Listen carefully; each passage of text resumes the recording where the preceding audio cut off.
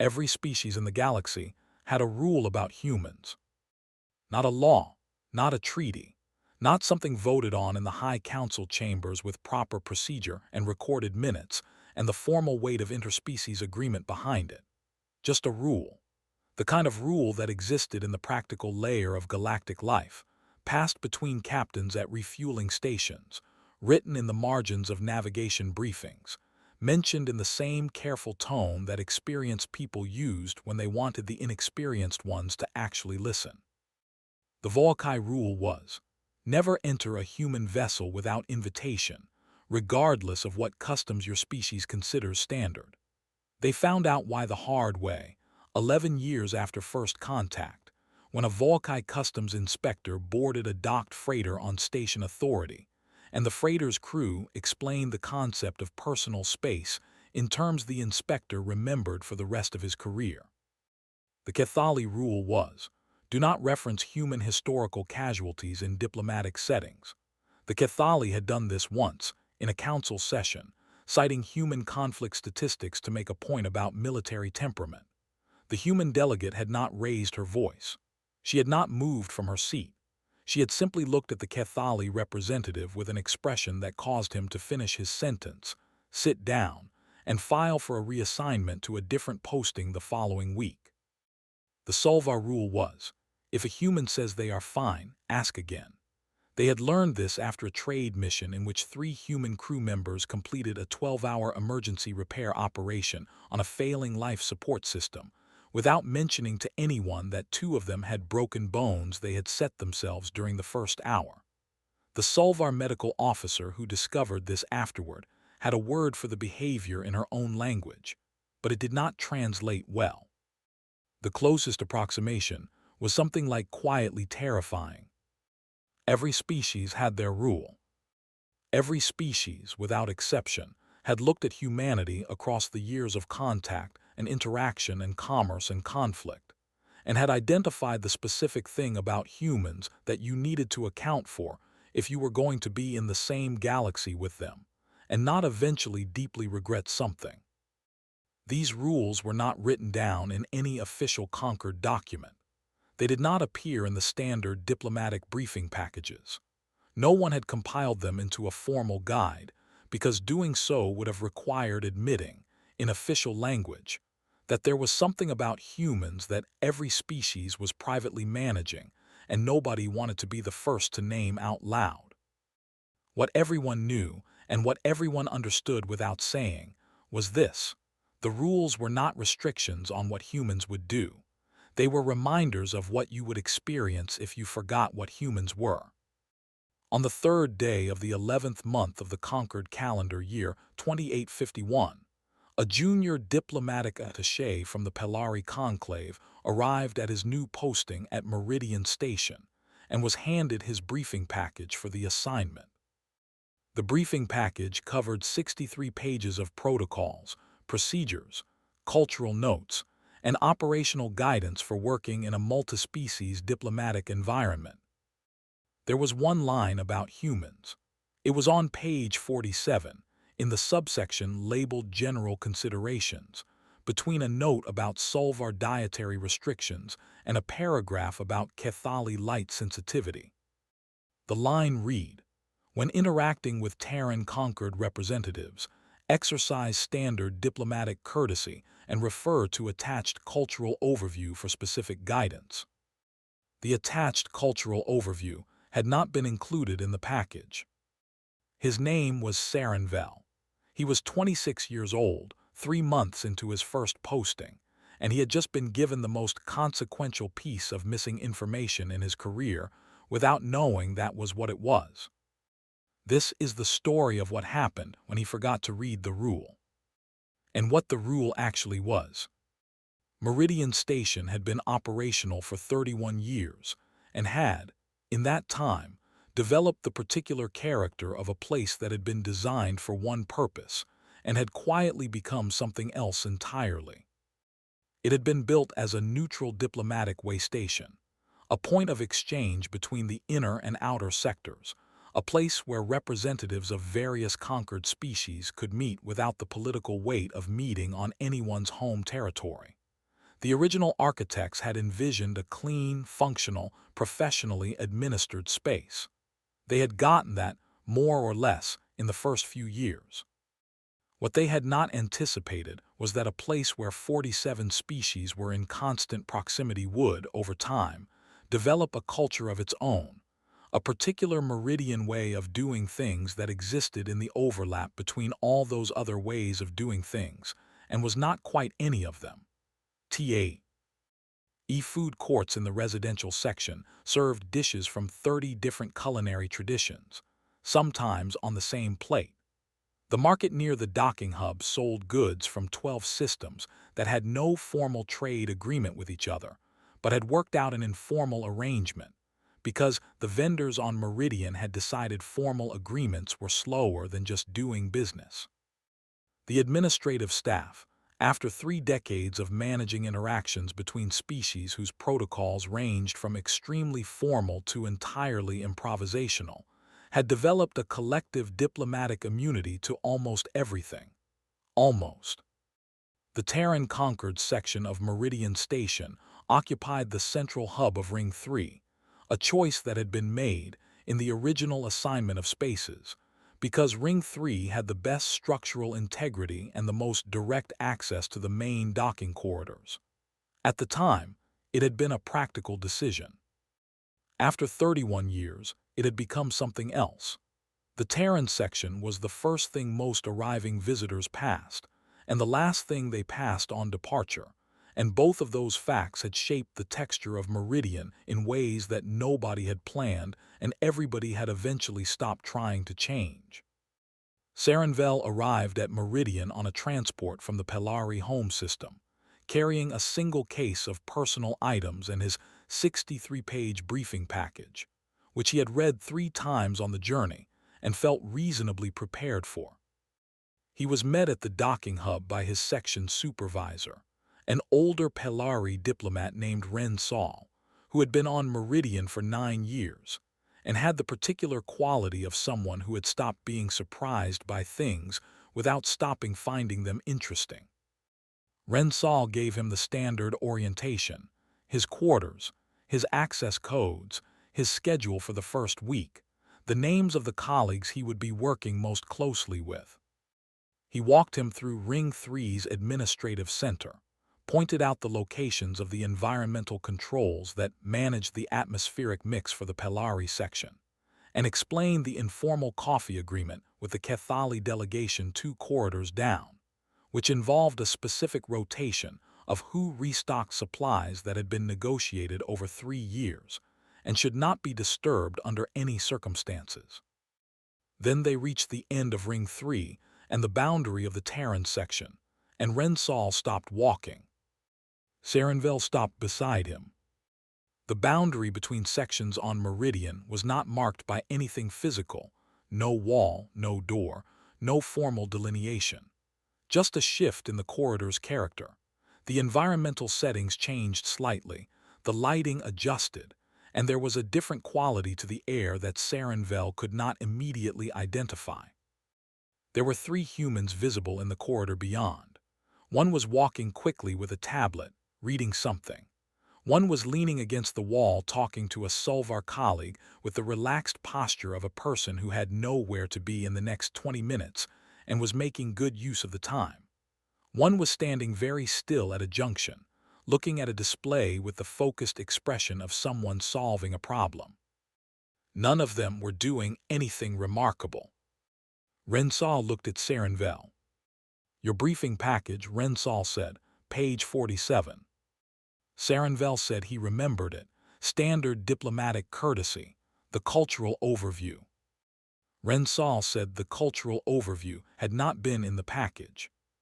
Sarenvel said he had noticed that. Ren Sol said the overview was not included in new attaché packages because the Pelari Diplomatic Corps had found, over 12 years of sending people to postings where they would work alongside human representatives, that the overview was less useful than simply working alongside humans and paying attention, and that the overview created a specific problem, which was that people who read it thought they understood, and people who thought they understood were the ones who made the mistakes. Sarenvel considered this. He asked what the rule was. Everyone talked about there being a rule about humans. He had heard it referenced. Nobody had told him what it was. Rensal looked at the three humans in the corridor. He said, "The rule is that there is no single rule. Every species picked one thing and made it their rule because one thing was manageable. One thing could be briefed, remembered, applied. But humans are not one thing. The rule is that you cannot reduce them to one thing, and if you think you have already made the mistake." Sarenvel thought about this. He asked if that meant the rule was effectively that there was no rule. Rensal said, "No. The rule is that you have to keep paying attention. The other species' rules are reminders to pay attention to a specific thing. The actual rule is to pay attention to all of it, all the time, and never assume you have finished learning so." Mething. He paused. He said, "And if you ever find yourself thinking that you have humans figured out, that is precisely when you are most dangerous to yourself." Sarenvel filed this away with the seriousness of a person who was not yet experienced enough to know how serious it was. He would be in approximately 6 weeks. The first 6 weeks of Sarenvel's posting on Meridian were, by the standard measures, a success. He was good at his work. He had been good at it in training, which was why he had been assigned to Meridian rather than one of the quieter postings, where new attachés were sent to build confidence before being trusted with anything consequential. He understood protocol. He was quick with documents. He had an instinct for the rhythm of diplomatic interaction that experienced practitioners recognized in younger ones, with the particular relief of people who had trained too many colleagues who did not have it. He settled into the rhythm of Meridian's administrative life with the ease of someone who genuinely found the work interesting. He learned the coffee rotation with the Kethali delegation. He managed his section's scheduling with a thoroughness that Rensal noted in the weekly briefing and did not need to follow up on, which was the highest operational compliment available in Pelari administrative culture. He navigated the first 3 interspecies documentation reviews of his assignment without a procedural error, which was not as common as anyone would like in the first 2 months. He also paid attention to the humans, as Rensal had told him to do. He watched them the way a person watched something they found genuinely puzzling, not with hostility, not with the careful wariness that some of his Pelari colleagues maintained around the Terran section, but with the honest curiosity of someone who had been told that something was more complicated than it appeared, and was finding on examination that this was true. The human representative he interacted with most frequently in the first 6 weeks was a mid-level diplomat named Catherine Osai. She was in her mid-40s, precise in her work, consistently on time, and possessed of a quality that Sarenvel struggled to categorize for the first 3 weeks before he landed on it. She was patient in a way that was not passive. Most patience that Sarenvel had encountered was a form of restraint, something held back, something waiting. Osai's patience was different. It was active. It moved through a room. She would sit in a documentation review that was going poorly and say nothing, contributing nothing, and the absence of her input would eventually make the room uncomfortable enough that whoever was blocking progress would change their position, not because she had applied pressure, but because the weight of her waiting attention had made the block feel unreasonable.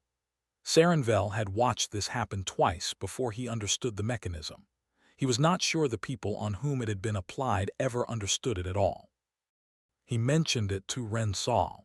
He said he had been watching Osai and had noticed the thing she did with patience. Rensal said yes. He said humans had several versions of patience, and they were not all the same thing. He said the one Sarenvel had noticed was the one to pay the most attention to. Sarenvel asked how many versions there were. Rensal said he had been counting for 9 years and was not finished yet. In the 5th week, Sarenvel was assigned to assist with a minor trade documentation review that involved representatives from 4 species, including the Terran conquered. The review was supposed to take 3 sessions. It took 7 because the Draveth representative had a procedural objection to the format of the supporting documentation that was technically valid and substantively irrelevant, and had decided to pursue it with a thoroughness that was, in Sarenvel's private assessment, more about establishing a position than resolving a problem. In the 6th session, which had been running for 3 hours and had covered the same ground as the 4th session with minor variations, Sarenvel watched Osai across the table. She had not spoken for 40 minutes. She was making notes on her tablet with the calm, focused attention of someone doing productive work. He looked at what she was writing.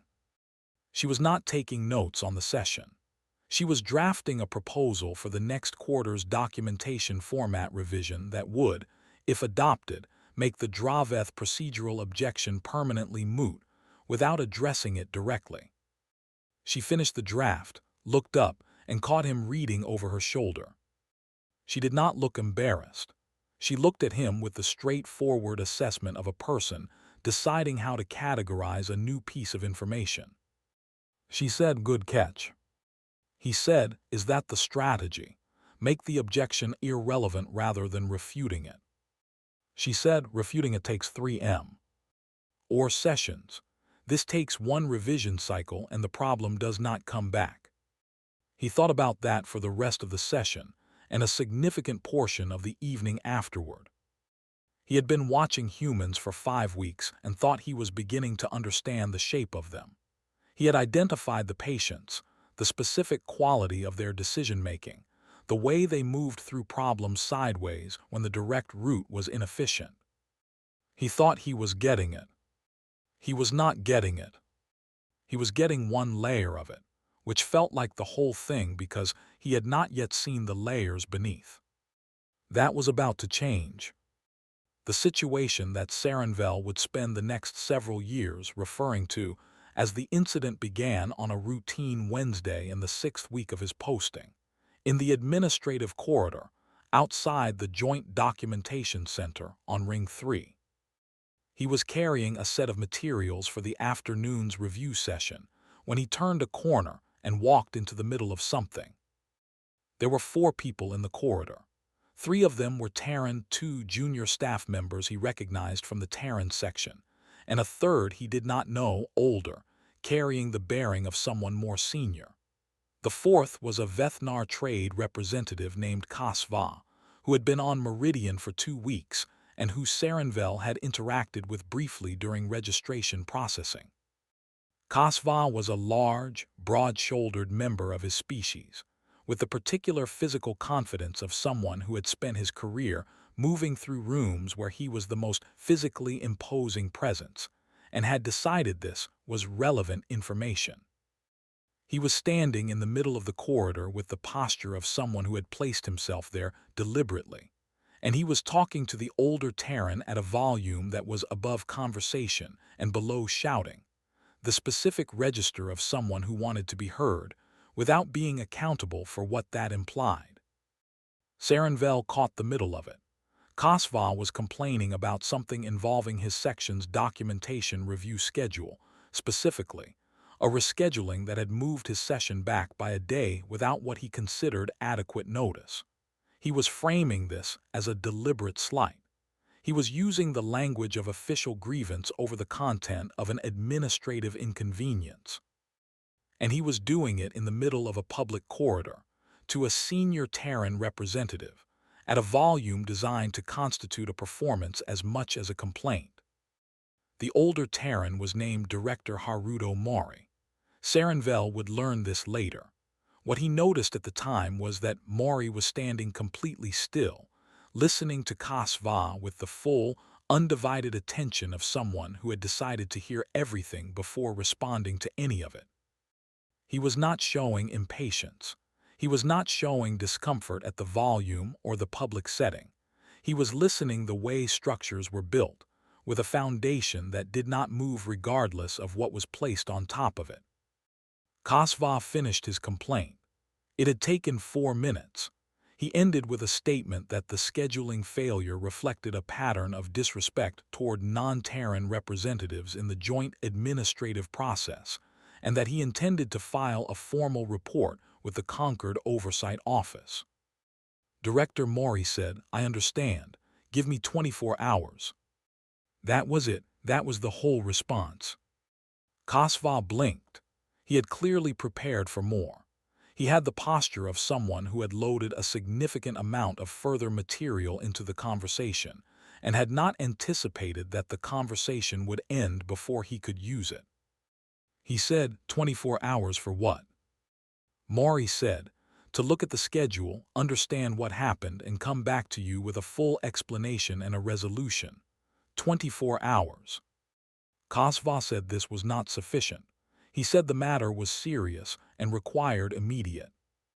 Maury said, I heard you. I heard everything you said, and I want to address it properly. Properly means 24 hours so I can do it right. If I respond now, I will give you an incomplete answer, and you will have a right to be dissatisfied with that. Give me 24 hours and you will have the full picture. Saranvel watched this happen from 6 meters away.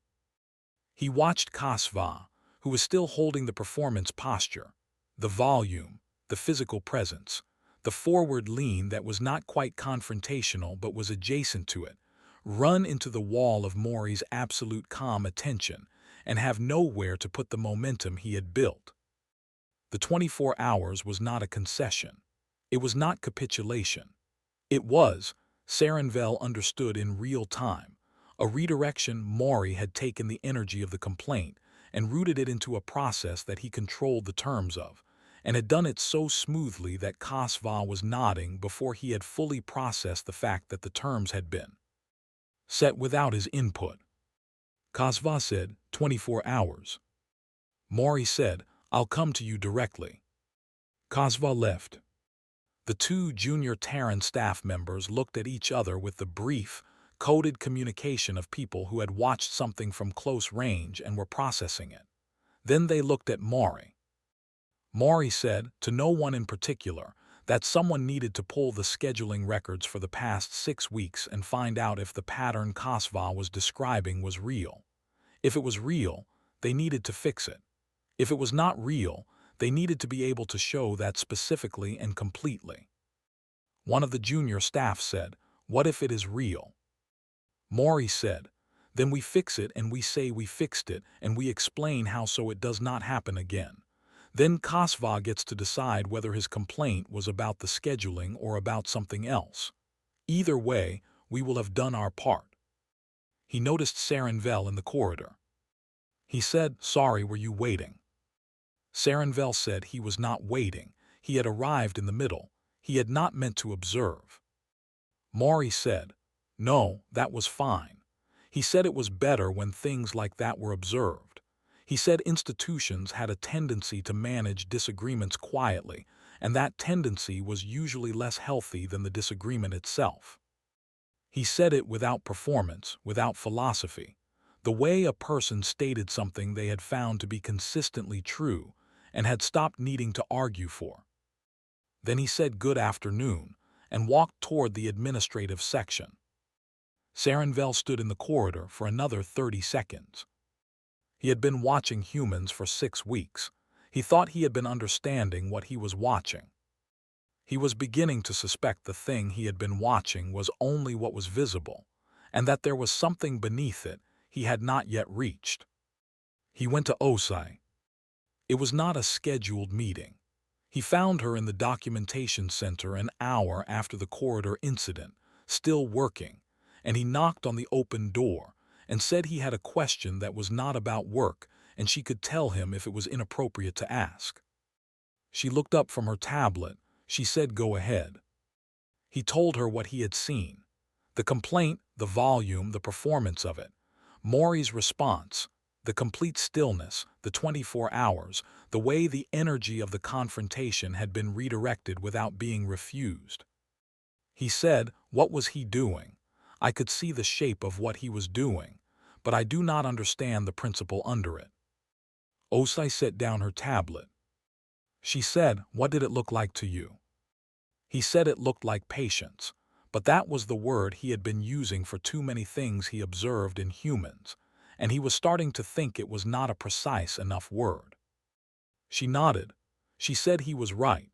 She said humans had around 6 different things that could look like patience from the outside and were not the same thing at all. He asked her to tell him what they were.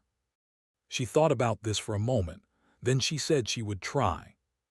She said, the first one is actual patience, which is tolerating delay without distress. That is the simple one. Most species have this. The second one, she said, is strategic stillness. That is choosing not to act because action would cost more than waiting and being comfortable with that calculation. Maury was doing some of this. The third one, she said, is what you might call load-bearing calm. That is maintaining composure specifically because composure is itself the intervention. When someone is performing aggression in a public space, matching the energy escalates the situation. Not matching it causes the performance to become visible as a performance, which changes what it is capable of. Maury was doing a lot of this. Sarenvel said he had noticed that. He said Kasva had run out of places to put what he was carrying. Osai said, exactly. She said most species, when confronted with performance aggression, either match it or retreat from it. Matching it gives the aggressor what they need. Retreating gives them a victory. The third option, full attention, complete calm, no matching and no retreating, is the one that requires the most from the person doing it and does the most to the situation. Sarenvel asked about the other 3. She said the fourth was patience as accumulated evidence. Humans were very good at waiting long enough for a situation to prove something that could not be argued with, and then pointing to the proof. The fifth was what she called productive absorption, which was using the time that looked like waiting to build something that made the waiting unnecessary. He said the documentation proposal, in the review session, that was the fifth one. She said yes. He asked what the sixth was. She was quiet for a moment. She said, the sixth one is not quite patience. It looks like patience from the outside, but it is something else. It is a person who has already decided what they are going to do and is waiting for the moment when doing it will have the most effect. They are not patient in the sense of tolerating delay. They are patient in the sense of a person who has set a trap and is sitting very still while the other party walks toward it. She said, that one is the one you want to know about when you see it, because by the time most people recognize it, the moment has already been chosen. Sarenvel asked how you recognized it. She said, it looks like everything is calm because the person is calm, not because the situation is calm. He thought about this. He asked, which one is the rule? The one that every species has a version of about humans, which patience is the one that caused the rule to exist. Osai picked up her tablet. She said all of them. Separately they are each remarkable. Together, in the same species, in the same person, on the same afternoon, that is what the rules are about. She said it without any particular emphasis, like a fact about the weather. Sarenvel left the documentation center and went back to his quarters and spent 2 hours thinking about 6 kinds of patients. 23 hours and 41 minutes after the corridor incident, Director Maury appeared at the Vethnar section's administrative office and asked to speak with Kasva. He brought 2 things: a document showing the full scheduling records for the joint review sessions for the past 6 weeks, and a proposed revision to the scheduling protocol going forward. The document showed that the pattern Kasva had described was real, not intentional. A combination of automated scheduling logic and a manual override that had been applied inconsistently had resulted in non-Terran sessions being shifted more frequently than Terran ones when conflicts arose. Nobody had done this deliberately. Nobody had noticed it happening, but it had happened, and the document showed it clearly and specifically. Maury showed Kasva the document. He said, you were right. The pattern exists. It is not intentional, but intention is not the only thing that matters. Outcome matters, and the outcome was inequitable. I am sorry for that. Sarenvel was not in the room for this. He heard about it later from Rensal, who had heard it from someone who had been present. What he heard was that Kasva had not known what to do with a direct apology, and an evidence-supported acknowledgement of a grievance delivered within the promised window. He had come to the meeting prepared for negotiation. He had prepared arguments, positions, points of leverage. He had spent 23 hours constructing a case for why his complaint was valid and what should be done about it. Maury had agreed with the complaint before Kasva could make his case. There is a specific experience that happens when someone does this, when the structure you have built in anticipation of resistance encounters no resistance. The structure collapses, not because you were wrong to build it, but because there is nothing to push against and your preparation becomes unnecessary weight you are carrying for no reason. Kasva said, and the revision. Maury said, the new scheduling protocol weights adjustment decisions equally regardless of which section is affected. Any session that needs to move requires notification no less than 48 hours in advance, from any section, including ours. If there is a conflict where someone has to move with shorter notice, the sections affected rotate on a tracked basis, so no single section absorbs the inconvenience consistently. He showed Kasva the revision. It was, by Rensal's account, thorough. More thorough than the complaint had required. It addressed not just the immediate grievance but the structural condition that had produced it, in language specific enough that the same problem would not recur through a slightly different mechanism. Kasva looked at the revision for a long time. He said, this is more than I asked for. Maury said, your complaint was right. The fix should be right too. Kasva looked at him. He said, I was going to file the formal report. Maury said, that is your right. The report would be accurate. Do you still want to file it? There was a silence in which Kasva was, according to the account Sarenvel received, visibly reassessing something. He said no. Maury said, I appreciate that. I want you to know it is not contingent. If you file the report, the revision still happens. I am not offering the fix to avoid the report. The fix was always going to happen. Another silence. Kasva said, why? Maury said, because the problem was real. Real problems need real fixes. That is not conditional on whether someone is watching. Rensal, telling this to Sarenvel the following morning, paused at this point. He said, that is the thing about humans that takes the longest to understand. They do not fix problems because someone is watching. They fix problems back. As the problems are there, the watching does not change the calculation. Sarenvel thought about 6 kinds of patience and a revision that was more thorough than the complaint had required. He said, what happened to Kasva? Rensal said, he submitted a revision request to 2 of his own sections' scheduling protocols in the following week. Apparently he went home and looked at his own section's procedures and found 2 things that needed fixing. Sarenvel thought about that. He said, Maury did that deliberately. Rensal said he did not know if deliberately was the right word. He said, Maury did it because it was right. The fact that it also showed Kasva something about how to operate, that was a consequence, not a strategy. Or it was both. He said he had spent 9 years not being able to fully separate those 2 things in humans. 3 weeks after the corridor incident, Sarenvel found himself in Meridian's central archive on a documentation retrieval task that was not, technically, his assignment. It belonged to a Pelari colleague who was ill, and which gave him access to a section of the archive that he had not previously had reason to visit. The archive held, among other things, the complete record of every formal complaint, grievance, resolution, and procedural citation filed on Meridian Station since its founding 31 years earlier.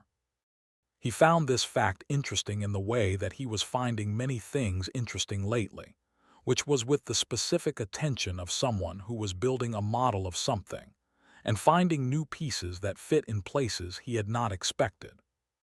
He searched the record for complaints involving the Terran section. There were 47 over 31 years. This was, for a section of Meridian size and operational scope, a low number. He cross-referenced with other sections of comparable size.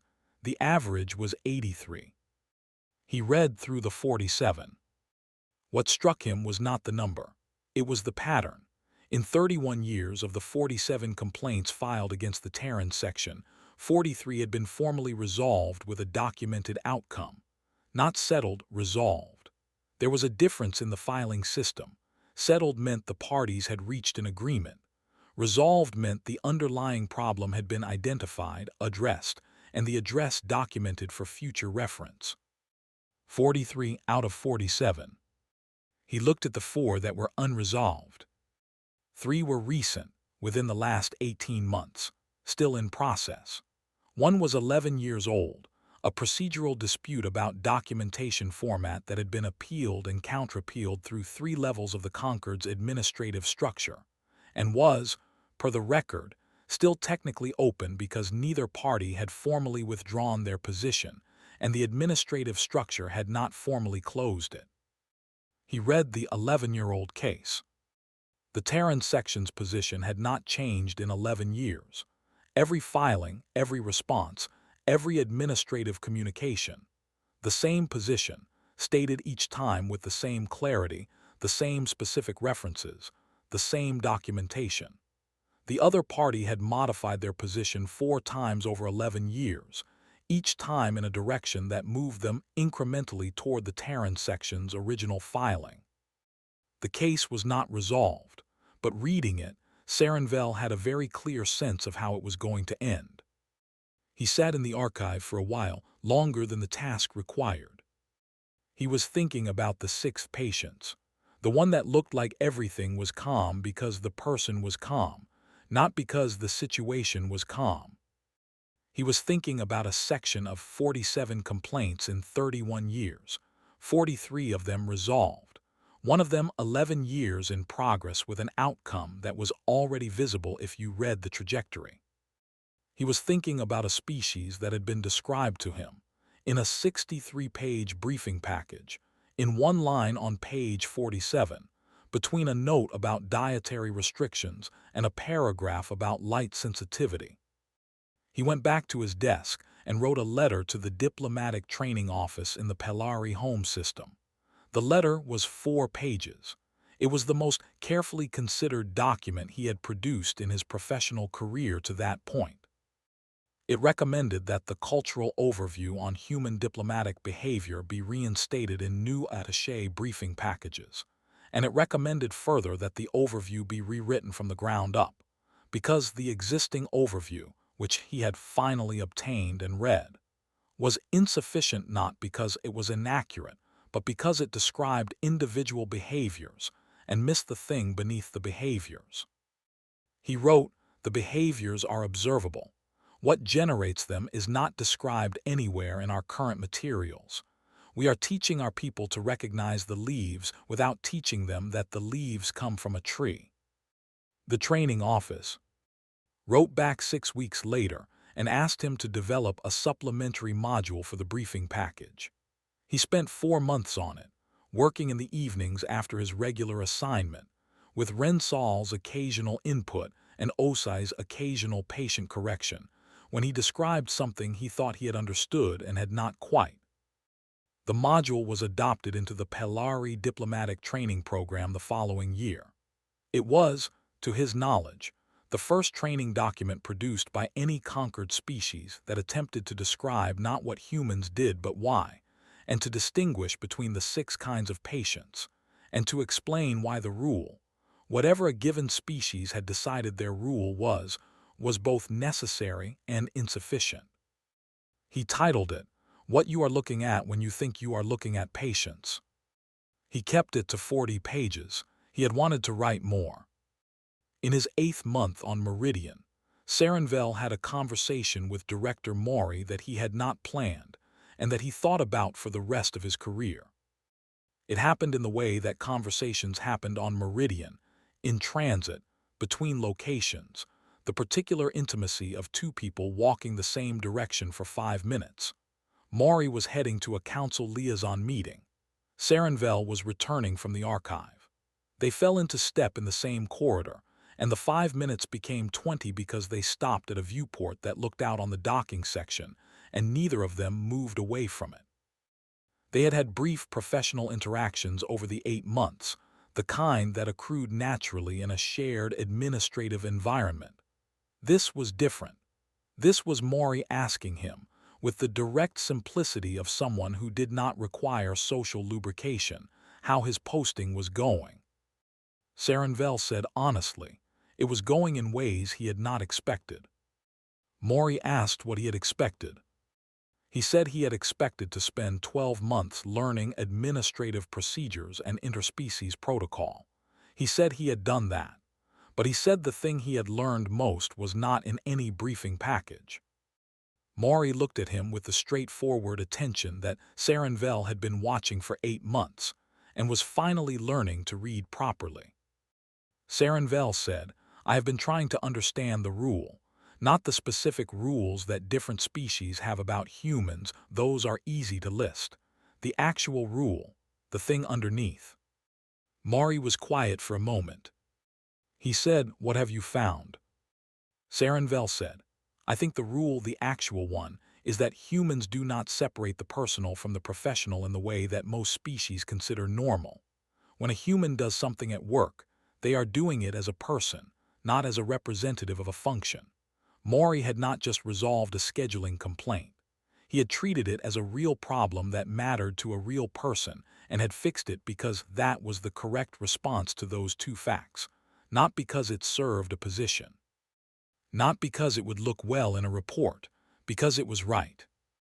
He said, most species have professional selves and personal selves, and the professional self follows rules and the personal self has values. Humans do not seem to separate those.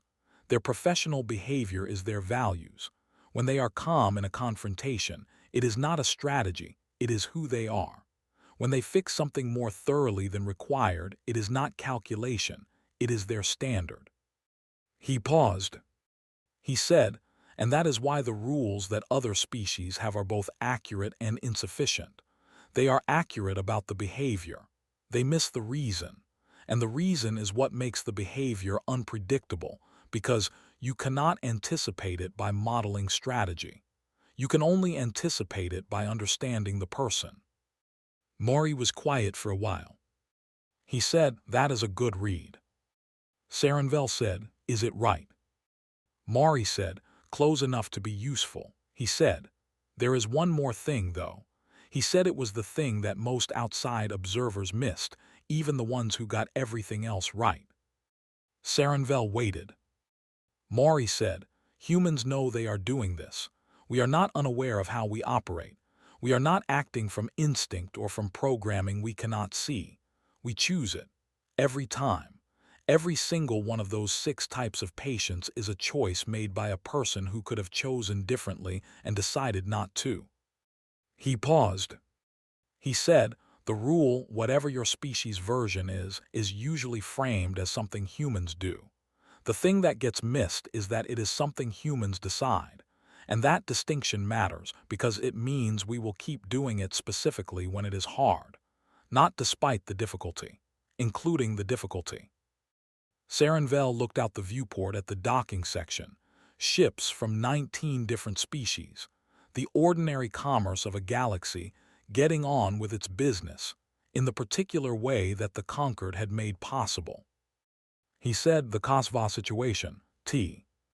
He revisioned that was more thorough than required. That was hard. Maury said yes. He said it would have been easier to do the minimum. Maury said, yes. The minimum would have closed the complaint, it would not have fixed the problem. And I cannot close a complaint and leave the problem open. That is not a policy. It is just not something I can do. He said it the way a person stated a fact about their own architecture. Sarenvel thought, there it is. That is the whole rule in one sentence. Not a limitation, not a strategy, a fact about what a person is. They stood at the viewport for another few minutes. Maury said he needed to get to his meeting. He said, "The module you wrote for the training program, I heard about it through the diplomatic circuit. I read it." Sarenvel said he had not known Maury had read it. Maury said, "It is the best thing anyone outside our species has written about us. I say that knowing it will sound self-serving. I mean it as something else." He said, "You described something that most humans cannot describe about themselves because we are inside it and cannot see the shape of it. You looked at it from the outside and found the shape." He said that matters. That kind of seeing matters. He said good afternoon and went to his meeting. Sarenvel stood at the viewport for a while longer. He thought about 26 years old and 3 months into a posting, and a briefing package with one line on page 47. He thought about 9 months of paying attention. He thought about a species that every other species had a rule about, and how every rule was right about one thing and missing the same thing, and how the missing thing was the most important part. Sarenvel spent 4 years on Meridian Station. He was extended twice.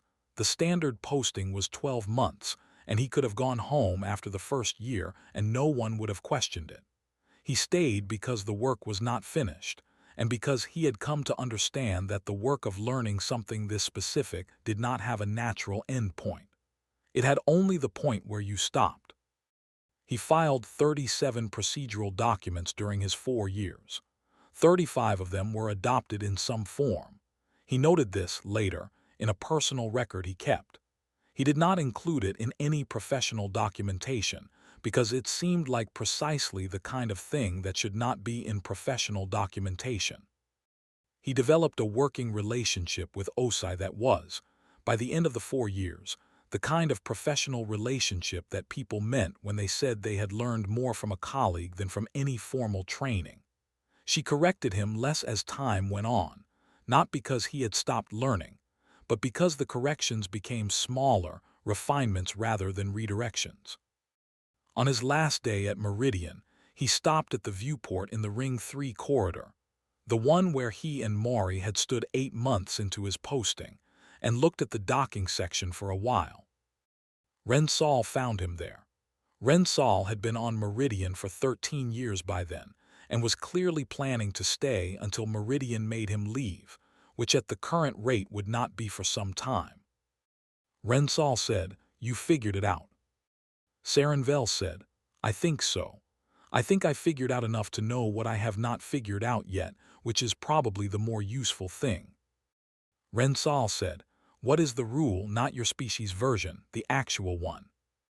Sarenvel thought about it. He said, "The rule is that humans do not perform their values. They act from them. Every single time, regardless of whether it is observed, regardless of whether it serves a visible purpose, regardless of whether it is difficult. The values are not a position they take. They are a fact about what the person is. And that means you cannot model human behavior by studying their incentives or their strategy or their history. You can only model it by understanding who they actually are." He paused. He said, "And the reason no species has a single rule that fully covers it is that acting from your values in every situation, in every kind of patience, in every choice between the minimum and the right thing, that produces a range of behavior that is too wide to capture in a rule. You can describe any one instance. You cannot describe the principle. The principle is just, this is what they are." Rensal was quiet for a moment. He said, "That is better than anything in the briefing package." Sarenvel said, "The briefing package had one line." Rensal said, "Most briefing packages have more than one line and say less than yours did." They stood at the viewport. Outside, the docking section moved with its ordinary, inexhaustible activity, arrivals and departures, and the commercial motion of 47 species whose shared project was the fact of existing in the same galaxy and finding ways to do it together. In the archive below them, 31 years of documentation sat in its careful record, the complaints and the resolutions, and the 11-year case that was still technically open and moving, slowly and specifically, toward the outcome that anyone who read the trajectory could already see.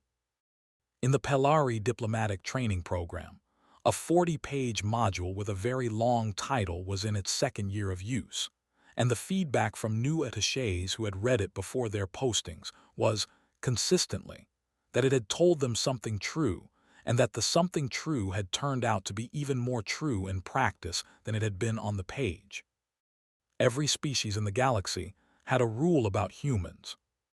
The Vorrkais was about personal space, the Kethalis was about historical casualties, the Sulvars was about the word fine, the Pelaris, after 4 years and 40 pages and a long conversation at a viewport in Ring 3, had become something less specific and more accurate. It was not a rule that could be stated in a sentence. It was more like a practice, a way of watching, an instruction to keep paying attention, in the particular direction of understanding who someone actually was before you built any conclusions on top of the assumption. It was not as memorable as the other rules. It was harder to brief. It could not be stated in a sentence and forgotten.